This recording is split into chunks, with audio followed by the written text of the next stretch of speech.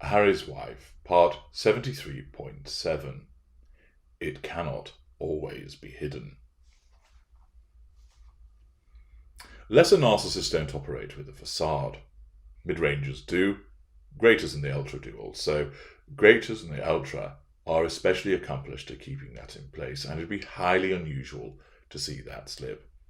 You may, of course, occasionally see a frenzied response from a greater to the ultra, but it is not something that would be obtained for general consumption. It would occur behind closed doors, vis-a-vis one or two persons. Generally, the facade remains intact and doesn't slip. Mid-rangers have a harder time of keeping those facades in place. Low and mid-rangers operate an intermittent facade, meaning that it's on and off, on and off, on and off, and many people who are secondary sources, those individuals are usually the individuals who are subjected to the facade the most, find themselves seeing aspects of the behaviour by the narcissist that shows the malign side. So there will be family members who will have seen from time to time the son or the brother or the father or whoever it may be, the sister, lashing out. There'll be friends who will say once in a while he or she can be somewhat unpleasant. They've got a bit of an edge to them. They've got a bit of a temper. There will also be instances where neighbours and colleagues will see this also. The lower mid-ranger isn't able to keep that facade intact all of the time, or even most of the time. Middle mid-rangers and upper mid-ranger are better at doing that, and although the facade can crack, and can do so quite spectacularly, more usually you see occasional fractures of it, which are quickly dealt with by the narcissism, the little glimpses of what's going on underneath. And as part of this series, to help you understand more about the behaviours of Harry's wife, and also about narcissism more generally, I have analysed footage and photographs to explain to you what's going on where the facade isn't in place. Now I'm going to turn to a series of photographs which provide you more insight into what's actually going on with Harry's wife. Our first photograph shows Harry's wife at some kind of event as she's sat in a crowd. And here we see the emptiness within. The eyes vacant. There is nothing there. There's nothing going on. Some people would refer to this perhaps as a resting bitch face. Instead, this is where the narcissist is sat with nothing going on, and the emptiness within is all plain to see. Since it's a photograph, it's difficult to ascertain whether this was the situation for several seconds or just fleetingly. I suspect it will have been just fleetingly, but it provides you with an excellent opportunity to glimpse and see the emptiness that lurks beneath. The eyes, devoid of any emotion, the mouth, straight, almost waxwork-like in presentation. And that is because there simply isn't anything there. And we know that, and we have seen that on repeated occasions as a consequence of the fact that there have been vapid, meaningless, empty comments and gestures that come from Harry's wife. There's no substance at all to back up the way that she is. And this photograph of itself demonstrates the reality of the emptiness that occurs, that is present, and that is only masked by the narcissism through the imitation game. Listen to the video of the same name to understand more, and of course the fueling of the narcissist to allow the narcissist construct to function in that way. Here you're seeing the emptiness within, probably only for a glimpse, only for an instant. It's there fleetingly, but it is an excellent example of it. Our next photograph goes in a completely different direction, and here we see an individual sizing up their prey. Once again, note the rictus grin, fixed, toothy, almost like some kind of predatory dinosaur weighing up lunch. And then the eyes, that crazed look, almost of a manic delight at what's occurring.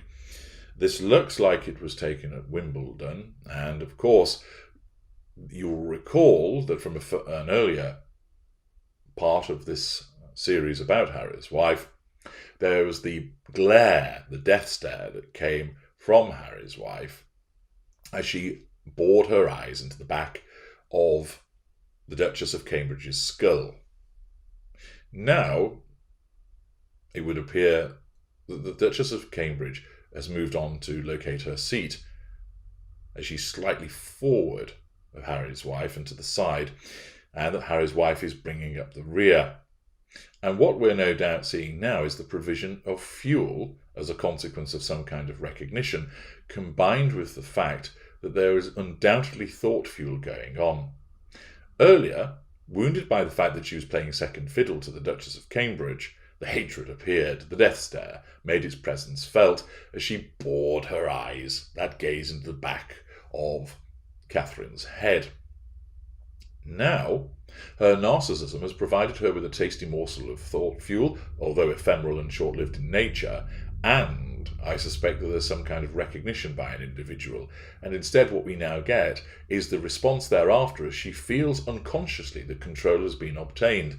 The rictus grin makes its appearance. There's no genuine warmth there, of course, because it comes not from a position of emotional empathy, and there's always the manic glee that's exhibited in her eyes. Again, no emotional empathy, and it's the receipt of fuel that is demonstrated. She looks like she's about to suddenly lean forward and take a great big bite out of Catherine, no doubt emboldened by the sensation of now, unconsciously, having that control and the receipt of the all-important fuel. With our next photograph, of course, normal service is resumed with regard to Harry's wife's nemesis.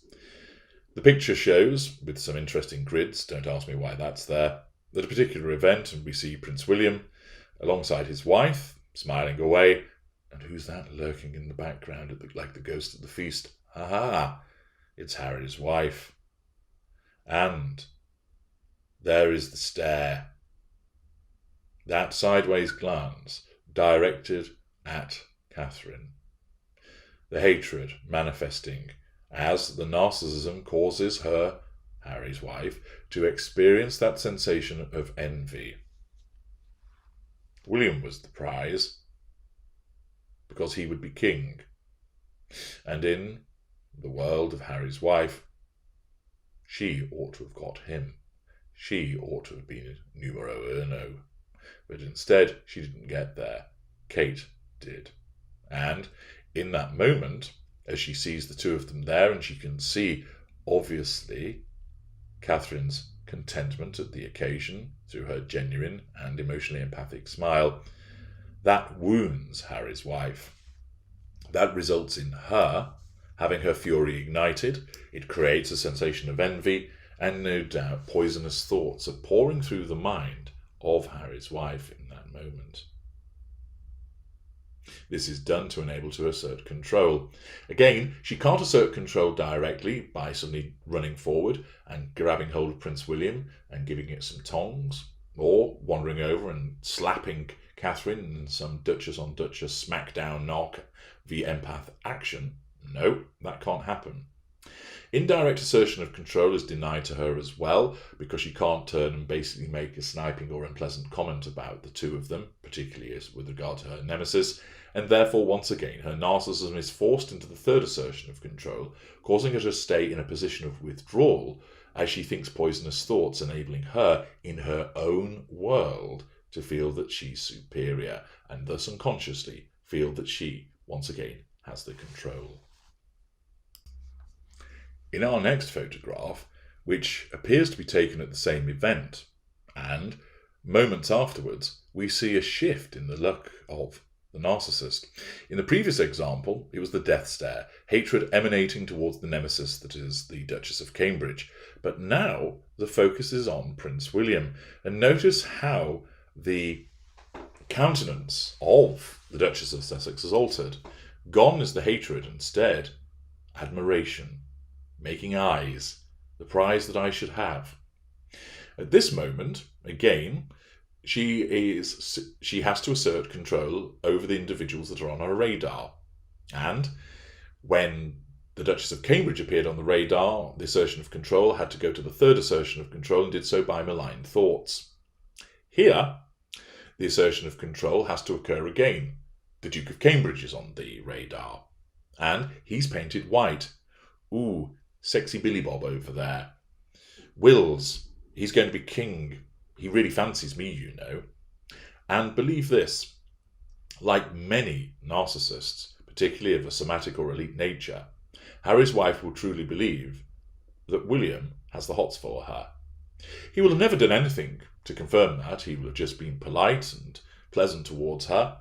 But she, in her mind, driven by her narcissism, driven by her own delusion, believes that he wants to hump the fuck out of her, that she is irresistible to him, and it's only a matter of time before he comes running and gagging for a bit of Duchess action of the Sussex side, rather from the Cambridge.